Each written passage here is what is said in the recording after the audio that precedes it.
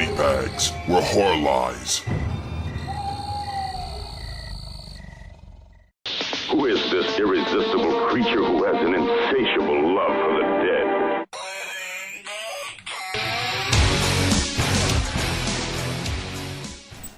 Hey guys, happy Thursday, this is your fright chick speaking.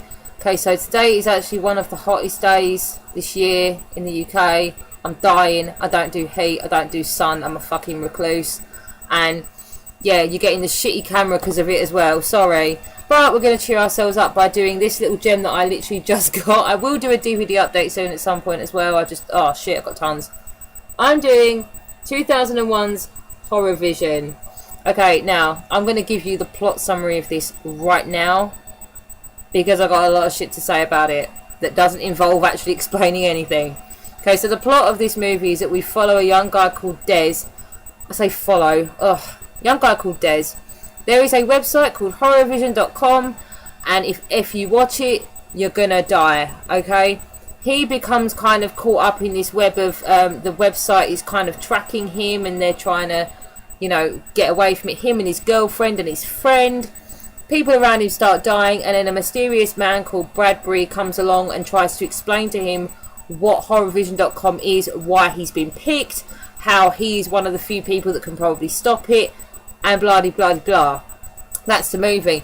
I just made the movie sound freaking awesome with that plot summary, because dear God it is not.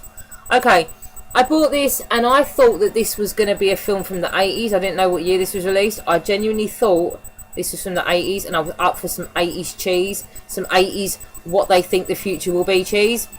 And from the title card, when I put the DVD in, which took me 4 goes to make work because it had no cursor for some reason, from the title card and the music that was coming off of it, of the menu, I was thinking, holy shit, this is going to be so much fun.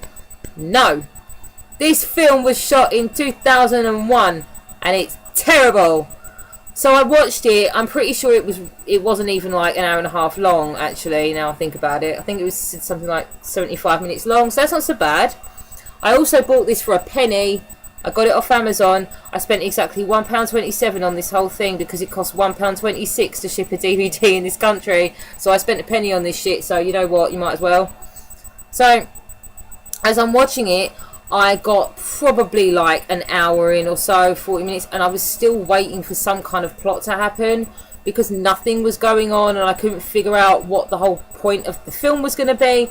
I also noticed something else about that time as well, and I really hope someone does watch this or has watched it and can also agree with me.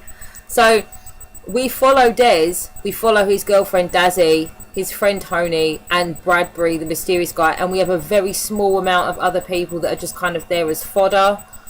Now, Des is a good looking young guy who literally wears black. Like, everyone wears black in this. It's kind of just on the tail end of the 90s goth phase. So, they're all wearing black, and a lot of them are wearing leather through the whole thing. We have Des, who is a brunette with a bit of gelled hair and a bit of stubble, who is a little bit muscly, wearing leather trousers and a black top. He then gets approached by a good-looking, well-built, bald, coloured man, who is also wearing a long leather cape type thing, who basically tells Des that he is a chosen one of sorts because there is a website, an internet kind of, you know, thing, this internet entity, this technological entity that is going to ruin the human race. Please. This came out 2 years after The Matrix, okay? And once I clocked that shit, it was all I could see. I was like, you're fucking Morpheus, and you are Neo. This is not funny anymore. How could you do that? They've made it so freaking obvious now that I saw it. Oh man. They also did another thing. There is some really bad effects in this. It's pure. It looks like some dude's college project, which, you know what, if you're into that kind of B movie, then great. And it wasn't terrible. But they also did this other thing that they made super obvious as well, where they, in the title card, in the intro, it was a very long intro by the way, they had a small collection of obviously bands that they've acquired the songs for this movie. And straight away I was like, Jack Off Jill. I love Jack Off Jill. I love their music. They were a band, they were a goth sort of punk grunge band in the 90s, they did make a name for themselves. So I was like, oh great, I can't wait to see which song they're going to do. Because they've acquired the rights to the songs of these somewhat well-known bands, they obviously decided they made some really long scenes to accompany these songs.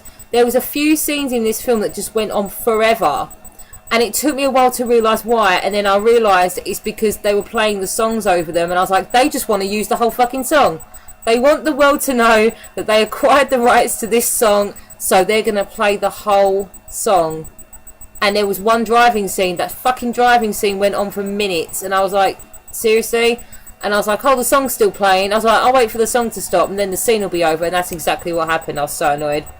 But yeah, apart from that, I'd say give it a watch. I wouldn't recommend this to anybody as a good film, but I would recommend it to people just so they can get a kick out of seeing kind of the films that I think this film tried to rip off.